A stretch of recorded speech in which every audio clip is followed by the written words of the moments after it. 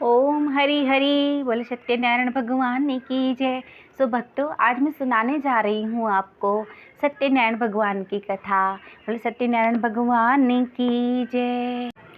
एक समय नैमिषारण्य तीर्थ में शौनागदी 88,000 ऋषियों ने श्री सूत जी से पूछा, हे प्रभु, इस कलयुग में वेद विद्या रहित मनुष्यों को प्रभु भक्ति किस प्रकार मिलेगी तथा उनका उद्धार कैसे होगा। इसलिए हे मुनि श्रेष्ठ, कोई ऐसा तप कहिए जिससे थोड़े समय में पुण्य प्राप्त हो सके तथा मनवांछित फल प्राप्त हो। वह कथा सुनने की हमारी इच्छा है। सर्वशास्त्र गाता श्री सूत जी बोले, हे वैष्णवों में पूज्य, आप सबने प्राणियों के हित की बात पूछी है। अब मैं उस श्रेष्ठ व्रत का आप लोगों से कहूँगा जिस व्रत को नारद जी ने लक्ष्मी नारायण से पूछा था और लक्ष्मीपति ने मुनि श्रेष्ठ नारद से कहा था। सो ध्यान से सुनो। एक समय योगी राज नारद जी दूसरों के हित की इच्छा से अनेक लोकों में घूमते हुए मृत्युलोक में आ पहुँचे।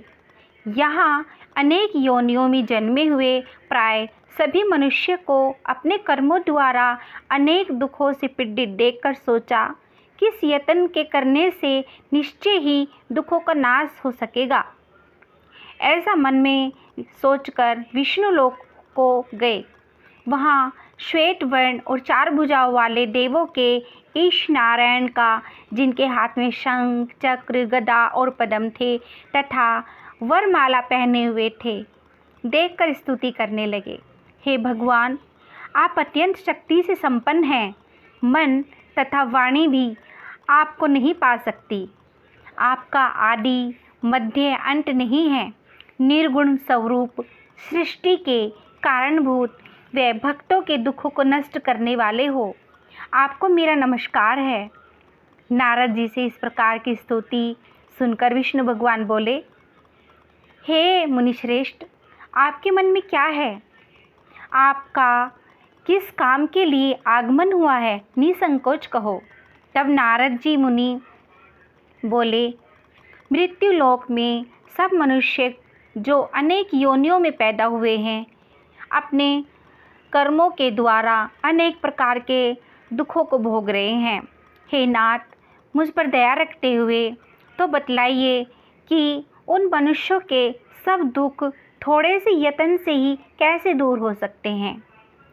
श्री भगवान जी बोले, हे नारद, मनुष्यों की भलाई के लिए तुमने बहुत ही अच्छी बात पूछी है। जिस काम के करने से मनुष्य मुँह से छूट जाता है, वह मैं कहता हूँ, सुनो। बहुत पुण्य देने वाला स्वर्ग तथा मृत्युलोक दोनों में दुर्लभ एक उत्तम व्रत है। आज मैं प्रेमवश होकर तुमसे कहता हूँ, सत्यनारायण का यह व्रत अच्छी तरह विधि पूर्वक करके मनुष्य तुरंत ही यहाँ सुख भोग कर मरने पर मोक्ष को प्राप्त होता है। श्री भगवान के वचन सुनकर नारद मुनि बोले कि उस व्रत का फल क्या है, क्या विधान है और किसने यह व्रत किया है और किस दिन यह व्रत करना चाहिए, विस्तार से कहो। भगवान बोले, दुख शोक आदि को दूर करने वाला, धन धान्य को बढ़ाने वाला, सौभाग्य तथा संतान को देने वाला यह व्रत सब स्थानों पर विजयी करने वाला है। भक्ति और श्रद्धा के साथ किसी भी दिन मनुष्य को सत्यनारायण की शाम के समय ब्राह्मणों और बंधुओं के साथ धर्मपरायण होकर पूजा करें।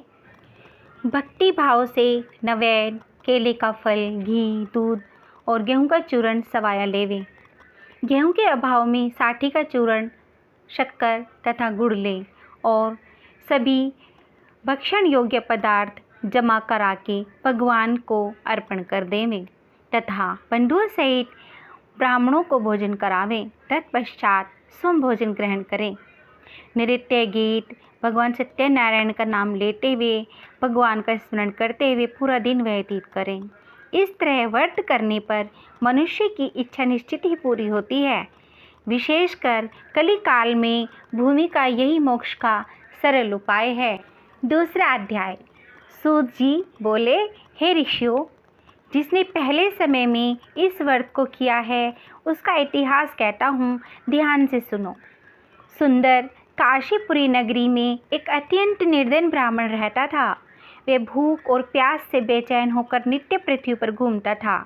ब्राह्मणों से प्रेम करने वाले भगवान ने ब्राह्मण को दुखी देखकर बूढ़े ब्राह्मण का रूप धर के उसके पास जाकर आदर के साथ पूछा, हे विप्र, नित्य दुखी हुआ पृथ्वी पर क्यों घूम रहे हो? हे श्रेष्ठ ब्राह्मण, यह सब मुझसे कहो, मैं सुनना चाहता हूँ। ब्राह्मण बोला, मैं निर्धन ब्राह्मण हूँ, भिक्षा के लिए पृथ्वी पर फिरता हूँ। हे भगवान, यदि आप इसका उपाय जानते हैं तो कृपया करके मुझे बताओ। वृद्ध ब्राह्मण बोला कि सत्यनारायण भगवान मनवांछित फल देने वाले हैं, इसलिए हे ब्राह्मण, तो उनका पूजन कर, जिसके करने से मनुष्य सभी दुखों से मुक्त होता है।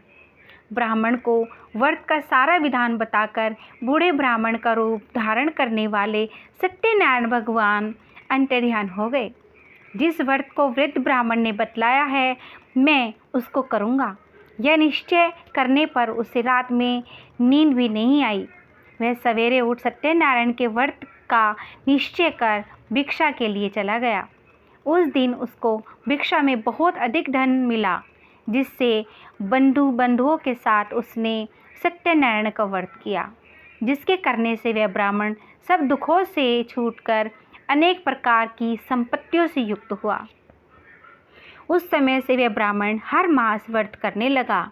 इस तरह सत्यनारायण भगवान के व्रत को जो करेगा वह सब पापों से छूटकर मोक्ष को प्राप्त होगा।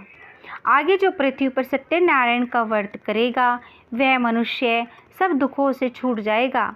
इस तरह नारद जी ने नारायण का कहा हुआ यह व्रत मैंने तुमसे कहा। हे विप्रो, मैं अब और क्या कहूँ? ऋषि बोले, हे मुनीश्वर, संसार में इस ब्राह्मण से सुनकर किस किसने इस व्रत को किया, हम वह भी सब सुनना चाहते हैं। इसके लिए हमारे मन में श्रद्धा है। सूत जी बोले, हे मुनियों, जिसने इस व्रत को किया है वह सब सुनो। एक समय ब्राह्मण धन और ऐश्वर्य के अनुसार बंधु बांधवों के साथ व्रत करने को तैयार हुआ। उसी समय एक लकड़ी बेचने वाला बूढ़ा आदमी आया और बाहर लकड़ियों को रखकर ब्राह्मण के मकान में गया। प्यास से दुखी लकड़हारा उनको व्रत करते देखकर ब्राह्मण को नमस्कार कहने के लगा। आप ये क्या कर रहे हैं और इसके करने से क्या फल मिलता है? कृपया करके मुझसे भी कहो। ब्राह्मण ने कहा, सब मनोकामनाओं को पूरा करने वाला सत्यनारायण भगवान का व्रत है। इसकी कृपा से मेरे यहाँ धन धान्य आदि की वृद्धि हुई है। ब्राह्मण से इस व्रत के बारे में जानकर लकड़हारा अति प्रसन्न हुआ। चरणामृत ले और खाने के बाद अपने घर को गया। लकड़हारे ने अपने मन में इस प्रकार का संकल्प किया कि आज शाम में लकड़ी बेचने से जो धन मिलेगा उसी से सत्यनारायण देव का उत्तम व्रत करूँगा। यह मन में विचार कर वह बूढ़ा आदमी लकड़ियों के ढेर को अपने सर पर रखकर जिस नगर में धनवान लोग रहते थे वह ऐसा नगर में गया। उस रोज़ वहाँ पर उसे उन लकड़ियों का दाम पहले से ज़्यादा 4 गुना मिला। तब वह बूढ़ा लकड़हारा दाम लेकर अपने अति प्रसन्न होकर पके केले की फली, शक्कर, घी, दूध, दही, गेहूं का चूर्ण इत्यादि सत्यनारायण भगवान के व्रत की कुल सामग्रियों को लेकर अपने घर गया। फिर उसने अपने भाइयों को बुलाकर विधि के साथ भगवान जी का पूजन और व्रत किया। इस व्रत के प्रभाव से वह बूढ़ा लकड़हारा धन, पुत्र आदि से युक्त हुआ और संसार के समस्त सुख भोग कर वैकुंठ को चला गया। बोलो सत्यनारायण भगवान की जय। श्रीमन्नारायणी नारायणी नारायण, श्रीमन्नारायणी नारायणी नारायण, श्रीमन्नारायणी नारायण नारायण, नारायणी नारायणी नारायण। सो भक्तों, अब मैं आपको तीसरा अध्याय सुनाने जा रही हूँ। सूत जी बोले, हे श्रेष्ठ मुनियों, अब आगे की कथा कहता हूँ, सुनो। पहले समय में उल्कामुख नाम का एक बुद्धिमान राजा था। वह सत्यवक्ता और जितेंद्रिय था। प्रतिदिन देव स्थानों पर जाता था, गरीबों को धन देकर उनके कष्ट दूर करता था। उसकी पत्नी कमल के समान मुख वाली और सती साध्वी थी। भद्रशिला नदी के तट पर उन दोनों ने श्री सत्यनारायण का व्रत किया। उस समय वहाँ एक साधु वैश्य आया। उसके पास व्यापार के लिए बहुत सा धन था। वह नाव को किनारे पर ठहराकर राजा के पास गया और राजा को व्रत करते हुए देखकर विनय के साथ पूछने लगा, हे राजन, भक्ति युक्त चित्त से यह आप क्या कर रहे हैं? मेरी सुनने की इच्छा है, सो आप यह मुझे बताइए। राजा बोला, हे साधु, अपने बांधवों के साथ पुत्रादि की प्राप्ति के लिए यह महाशक्तिवान सत्यनारायण भगवान का व्रत व पूजन किया जा रहा है। राजा के वचन सुनकर साधु आदर से बोला, हे राजन, मुझसे इसका संविधान कहो। मैं भी आपके कथानुसार इस व्रत को करूँगा। मेरे भी कोई संतान नहीं है और इससे निष्ठा ही होगी। राजा से संविधान सुनकर व्यापार से निवृत्त होकर वह आनंद के साथ घर गया। साधु ने अपनी स्त्री से संतान देने वाले उस व्रत का समाचार सुनाया और कहा कि जब मेरे संतान होगी तब मैं इस व्रत को करूँगा। साधु ने ऐसे वचन अपनी स्त्री लीलावती से कहे। एक दिन उसकी स्त्री लीलावती पति के साथ आनंदित हो सांसारिक धर्म से परवक्त होकर सत्यनारायण भगवान की कृपा से गर्भवती हो गई तथा 10वें महीने में उसने एक सुंदर कन्या को जन्म दिया। दिनों दिन वह इस तरह बढ़ने लगी जैसे शुक्ल पक्ष का चंद्रमा बढ़ता है। कन्या का नाम कलावती रखा गया। तब लीलावती ने मीठे शब्दों में अपने पति से कहा, जो आपने संकल्प किया था कि भगवान का व्रत करूँगा, अब आप उसे करिए। साधु बोला, हे प्रिय, इसके विवाह पर करूँगा। इस प्रकार अपनी पत्नी को आश्वासन देकर वह नगर को गया। कलावती पितृगृह में वृद्धि हो प्राप्त हो गई। साधु ने नगर में सखियों के साथ अपनी पुत्री को देखा तो तुरंत दूत बुलाकर कहा कि पुत्री की वास्ते कोई सुयोग्य वर देख कर लाओ। साधु की आज्ञा पाकर दूत कंचन नगर पहुंचा। वहां पर बड़ी खोज और देखभाल कर लड़की के लिए सुयोग्य वणिक पुत्र को लेकर आया। उस सुयोग्य लड़के को देखकर साधु ने अपने बंधु बांधवों सहित प्रसन्नचित्त अपनी पुत्री का विवाह उसके साथ कर दिया। किंतु दुर्भाग्य से विवाह के समय भी व्रत करना भूल गया। तब श्री भगवान क्रोधित हो गए और श्राप दिया कि तुम्हें दारुण दुख प्राप्त होगा। अपने कार्य में कुशल साधु बनिया जमाता सहित समुद्र के समीप स्थित रतनपुर नगर में गया और वहाँ दोनों ससुर जमाई चंद्रकेतु राजा के उस नगर में व्यापार करने लगे। एक दिन सत्यनारायण भगवान की माया से प्रेरित कोई चोर राजा का धन चुराकर भागा जा रहा था, किंतु राजा के दूतों को देखकर चोर ने घबराकर भागते हुए राजा के धन को वहीं चुपचाप रख दिया जहाँ वो ससुर जमाई ठहरे हुए थे। जब दूतों ने उस साधु वैश्य के पास राजा के धन को रखा देखा तो वे दोनों को बांध कर ले गए और प्रसन्नता से दौड़ते हुए राजा के समीप जाकर बोले, यह 2 चोर हैं, हम पकड़कर ले आए हैं, देखकर आज्ञा दे। तब राजा ने आज्ञा से उनको कठिन कारावास में डाल दिया और उनका सब धन छीन लिया। सत्यनारायण भगवान के श्राप द्वारा उनकी पत्नी भी घर पर बहुत दुखी हुई और घर पर जो धन था चोर चुरा कर ले गए। शारीरिक व मानसिक पीड़ा तथा भूख प्यास से अति दुखित हो अन्न की चिंता में कलावती एक ब्राह्मण के घर गई। वहाँ उसने सत्यनारायण भगवान का व्रत होते देखा। फिर कथा सुनी तथा प्रसाद ग्रहण कर रात को घर वापस आई। माता ने कलावती से कहा, हे पुत्री, अब तक कहाँ रही? वे तेरे मन में क्या है? कलावती बोली, हे माता, मैंने एक ब्राह्मण के घर श्री सत्यनारायण भगवान का व्रत देखा है। कन्या के वचन सुनकर लीलावती भगवान के पूजन की तैयारी करने लगी। लीलावती ने परिवार और बंधुओं सहित श्री सत्यनारायण भगवान का पूजा किया और वर मांगा कि मेरा पति और दामाद शीघ्र घर वापस आए। साथ ही प्रार्थना की कि हम सबका अपराध क्षमा करो। सत्यनारायण भगवान इस व्रत से संतुष्ट हो गए और राजा चंद्रकेतु को स्वप्न में दर्शन देकर कहा, हे राजन, दोनों वैश्यों को प्राति छोड़ दो और उनका सब धन जो तुमने ग्रहण किया दे दो, नहीं तो तेरा धन, राज्य, पुत्र आदि सब नष्ट कर दूंगा। राजा से ऐसे वचन कहकर भगवान अंतर्ध्यान हो गए। प्रातःकाल राजा चंद्रकेतु ने सभा में अपना स्वप्न सुनाया। फिर दोनों वणिक पुत्रों को कैद से मुक्त कर सभा में बुलाया।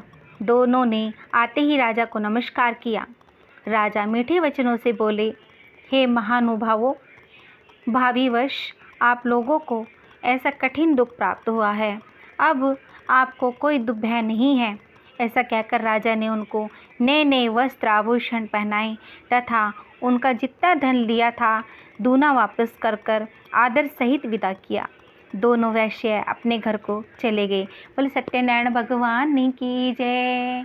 श्रीमन्नारायणी नारायणी नारायण, श्रीमन्नारायणी नारायणी नारायण, श्रीमन्नारायणी नारायणी नारायण, नारायणी नारायणी नारायण। तो भक्तों, अब मैं आपको चौथा अध्याय सुनाने जा रही हूँ।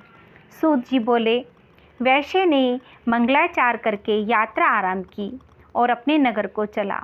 उनके थोड़ी दूर निकलने पर दंडी वेशधारी सत्यनारायण जी ने उनसे पूछा, हे साधु, तेरी नाव में क्या है? अभिमानी वणिक हंसता हुआ बोला, हे दंडी, आप क्यों पूछते हो? क्या धन लेने की इच्छा है? मेरी नाव में तो बेलपत्र के पत्ते भरे हुए हैं।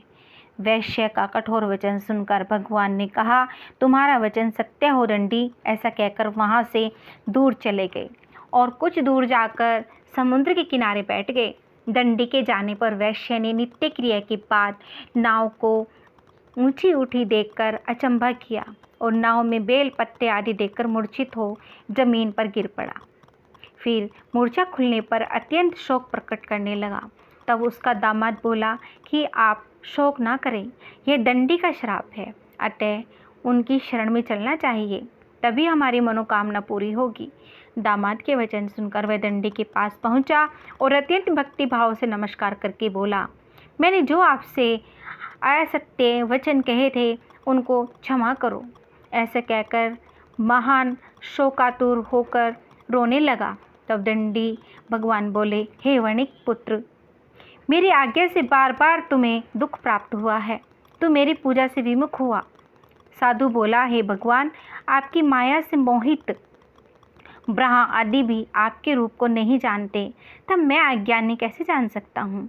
आप प्रसन्न हो जाइए, मैं सामर्थ्य के अनुसार आपकी पूजा करूँगा, मेरी रक्षा करो।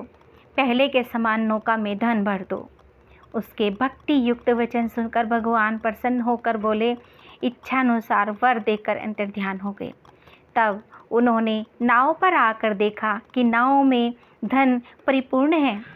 फिर वह भगवान सत्यनारायण का पूजन कर साथियों सहित अपने नगर को चला। जब अपने नगर के निकट पहुंचा, तब दूत को घर भेजा। दूत ने साधु के घर जाकर स्त्री को नमस्कार कहा और साधु अपने दामाद सहित इस नगर के समीप आ गए हैं। ऐसा वचन सुनकर साधु की स्त्री ने बड़े हर्ष के साथ सत्यदेव का पूजन कर पुत्री से कहा, मैं अपने पति के दर्शन को जाती हूँ, तू कार्य करण और शीघ्र आ। माता के वचन सुनकर कलावती प्रसाद छोड़कर पति के पास आ गई। प्रसाद की अवहेलना के कारण सत्यनारायण जी रुष्ट हो गए। उसके पति को नाव सहित पानी में डुबो दिया। कलावती अपने पति को ना देखकर रोती हुई जमीन पर गिर गई। इस तरह नौका को डूबा हुआ तथा कन्या को रोती देखकर साधु दुखित हुआ। हे प्रभु, मुझसे या मेरे परिवार से जो भूल हुई है उसे क्षमा करो। उसके दीन वचन सुनकर सत्यनारायण देव भगवान प्रसन्न हो गए और आकाशवाणी हुई, हे साधु, तेरी कन्या मेरे प्रसाद को छोड़कर आई है, इसलिए उसका पति अदृश्य हुआ है। यदि वह घर जाकर प्रसाद खाकर लौटे तो इसे पति अवश्य मिलेगा। ऐसी आकाशवाणी सुनकर कलावती ने घर पहुंचकर प्रसाद खाया, फिर आकर पति के दर्शन किए। तत्पश्चात साधु ने बंधु बांधवों सहित सत्यदेव की विधि पूर्वक पूजन किया। उस दिन से वह हर पूर्णिमा को सत्यनारायण का पूजन करने लगा। फिर इस लोक को सुख भोग कर अंत में स्वर्ग लोक को गया। बोलो श्री सत्यनारायण भगवान ने की जय, विष्णु भगवान ने की जय, माँ लक्ष्मी की जय, शिव शंकर भोले बाबा की जय। श्रीमन्नारायणी नारायणी नारायण, श्रीमन्नारायणी नारायणी नारायण, श्रीमन्नारायणी नारायणी नारायण, नारायणी नारायण नारायण। 5वां अध्याय। सूत जी बोले, हे ऋषियों, मैं और भी कथा सुनाता हूँ, सुनो। प्रजा पालन में लीन होकर तुंगध्वज नाम का एक राजा था। उसने भी भगवान का प्रसाद त्याग कर बहुत दुख पाया। एक समय वन में जाकर वन्य पशुओं को मारकर बढ़ के पेड़ के नीचे आया। वहाँ उसने ग्वालों को भक्ति भाव से बांधवों सहित सत्यनारायण जी भगवान का पूजा करते देखा। राजा देखकर भी अभिमानवश वहाँ नहीं गया और न ही नमस्कार किया। जब ग्वालों ने भगवान का प्रसाद उसके सामने रखा, तब वह प्रसाद को त्याग कर अपनी सुंदर नगरी को चला। वहीं उसने अपना सब कुछ नष्ट होता पाया। वह जान गया सब भगवान ने किया है। तब वह विश्वास कर ग्वालों के समीप गया और विधि पूर्वक पूजन कर प्रसाद खाया। तो सत्यदेव की कृपा से अपना जैसे था सब वैसा ही हो पाया। फिर दीर्घ काल तक सुख भोग कर मरने पर स्वर्गलोक को गया। जो मनुष्य इस परम दुर्लभ व्रत को करेगा, भगवान की कृपा से उसे धन धान्य की प्राप्ति होगी। निर्धन धनी और बंदी बंधन से मुक्त होकर निर्भय होकर संतानहीनों को संतान प्राप्ति होती है तथा सब मनोरथ पूर्ण होकर अंत में वैकुंठ धाम को जाते हैं। जिन्होंने पहले इस व्रत को किया है, उसके दूसरे जन्म की कथा कहता हूँ। वृद्ध शांतानन ब्राह्मण ने सुदामा का जन्म लेकर मोक्ष को पाया। उल्कामुख नाम का राजा दशरथ होकर वैकुंठ को प्राप्त हुआ। साधु नाम का वैश्य ने मोरध्वज बनकर अपने पुत्र को और चिरकाल मोक्ष को प्राप्त किया। महाराज तुंगध्वज ने स्वयं भू होकर भगवान में भक्ति युक्त होकर कर्म कर मोक्ष प्राप्त किया। बोले सत्यनारायण भगवान की जय, बोले सत्यनारायण भगवान की जय। जय लक्ष्मी रमणा, श्री जय लक्ष्मी रमणा, सत्यनारायण स्वामी, सत्यनारायण स्वामी, जनिपातक हरिणा, जय लक्ष्मी रमणा। रतन जड़ित सिंहासन अद्भुत छवि राजे, नारद करत निरंतर, नारद करत निरंतर, घंटा ध्वनि बाजे, जय लक्ष्मी रमणा। परकट भय कली कारण दृक्ष को दर्श दियो, बूढ़ो ब्राह्मण बन के, बूढ़ो ब्राह्मण बन के, कंचल महल कियो, जय लक्ष्मी रमणा। दुर्लभ भील कराल जिन पर कृपा करी, चंद्रचूड़ एक राजा, चंद्रचूड़ एक राजा, तिनकी विपत्ति हरी, जय लक्ष्मी रमणा। वैश्य मनोरथी पायो, श्रद्धा तज दीनी, सो फल भोग्यो प्रभु जी, सो फल भोग्यो प्रभु जी, फिर स्तुति कीनी, जय लक्ष्मी रमणा। भाव भक्ति के कारण छिन छिन रूप धरियो। श्रद्धा धारण कीनी, श्रद्धा धारण कीनी, तिनको कार सरियो।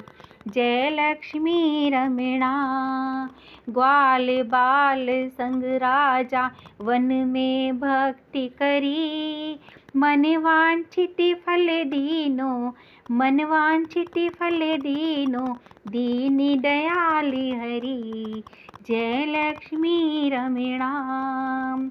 चढ़त प्रसादी सवायो, कदली फल मेवा।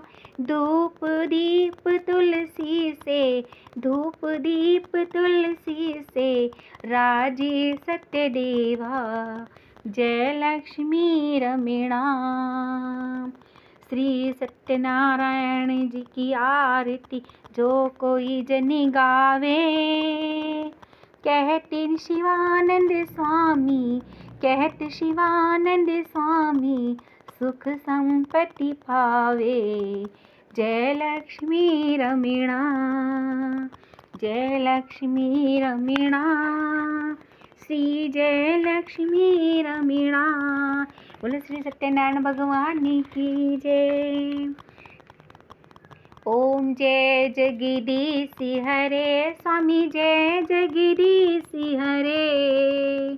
भक्ति जनों के संकट, भक्ति जनों के संकट क्षण में दूर करे।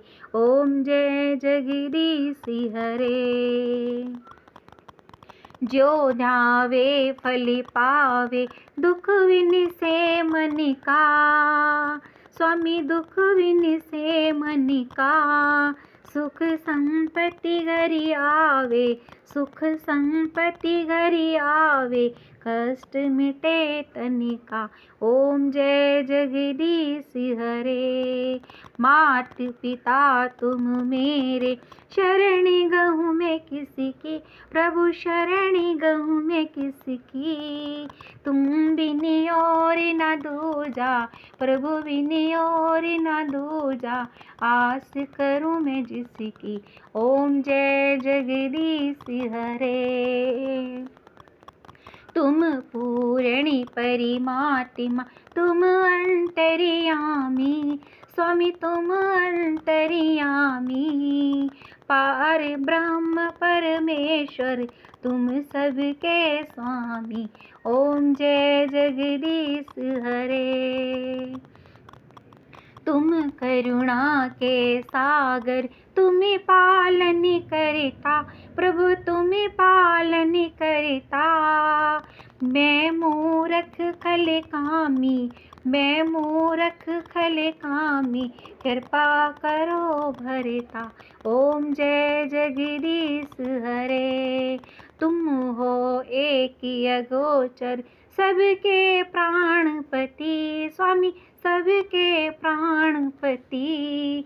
किसी विधि मिलूं दया में, किसी विधि मिलूं दया में, तुमको कुमति। ओम जय जगदीश हरे। दीन बंधु दुख हरता, तुम्हें ठाकुर मेरे, स्वामी तुम्हें ठाकुर मेरे। करुणा हस्त बढ़ाओ, करुणा हस्त बढ़ाओ, द्वार पड़ा मैं तेरे। ओम जय जगदीश हरे। विषय विकार मिटाओ, पाप हरो देवा, प्रभु पाप हरो देवा। श्रद्धा भक्ति बढ़ाओ, श्रद्धा भक्ति बढ़ाओ, संतन की सेवा। ओम जय जगदीश हरे। बोलो श्री नारायण भगवान ने की जय, लक्ष्मी नारायण भगवान ने की जय, श्री नारायण की जय। बोलो पवन पुत्र हनुमान ने की जय, शिव शंकर भोले बाबा की जय, माँ पार्वती की जय, बोलो शिव परिवार की जय। हर हर महादेव। सभी भक्तों को मेरी कथा कैसी लगी कृपया करके मुझे कमेंट पे आकर बताएं, और आगे भी मैं किन किन और भक्ति की कथा आप सुनना चाहेंगे वो मुझे कमेंट बॉक्स में आकर बताएं। और जैसी भी वीडियो आप लोग मेरे से चाहते हैं तो कृपया करके आप सभी बताएं। तो मेरे चैनल को लाइक करें भक्तों, कमेंट करें और शेयर करें ज़्यादा से ज़्यादा, और बेल आइकन बटन दबा दें ताकि आने वाली कथाएं, आने वाली कहानियाँ मैं आप सभी तक पहुंचा सकूं, नोटिफिकेशन आप सभी को मिलता रहे। राधे राधे, जय श्री कृष्णा, ओम हरि हरि बोले सत्यनारायण भगवान की जय। सभी की इच्छाएँ पूरी हों, सभी की भगवान इच्छाएँ पूरी करे, बोले सत्यनारायण भगवान की जय। श्रीमन्नारायणी नारायणी नारायण, श्रीमन्नारायणी नारायणी नारायण, श्रीमन्नारायणी नारायणी नारायण, नारायणी नारायणी नारायण, श्रीमन्नारायणी नारायणी नारायण, नारायणी नारायणी नारायण। पूर्णि का व्रत विधि जो भी आप लोग सुनना चाहते हैं, मेरी अगली वीडियो का वेट करें, मैं उसमें आपको बताऊंगी श्री नारायण भगवान का, सत्यनारायण भगवान की पूजा पाठ विधि किस प्रकार से है, कैसे आप लोगों को तैयारी करनी है और किस प्रकार से आपको पूजा पाठ करनी है, ये सारी विधि विधान मैं आपको अगली वीडियो में बताऊँगी। राधे राधे, जय श्री कृष्णा। चैनल को लाइक करें, कमेंट करें, शेयर करें ज़्यादा से ज़्यादा। राधे राधे सभी की।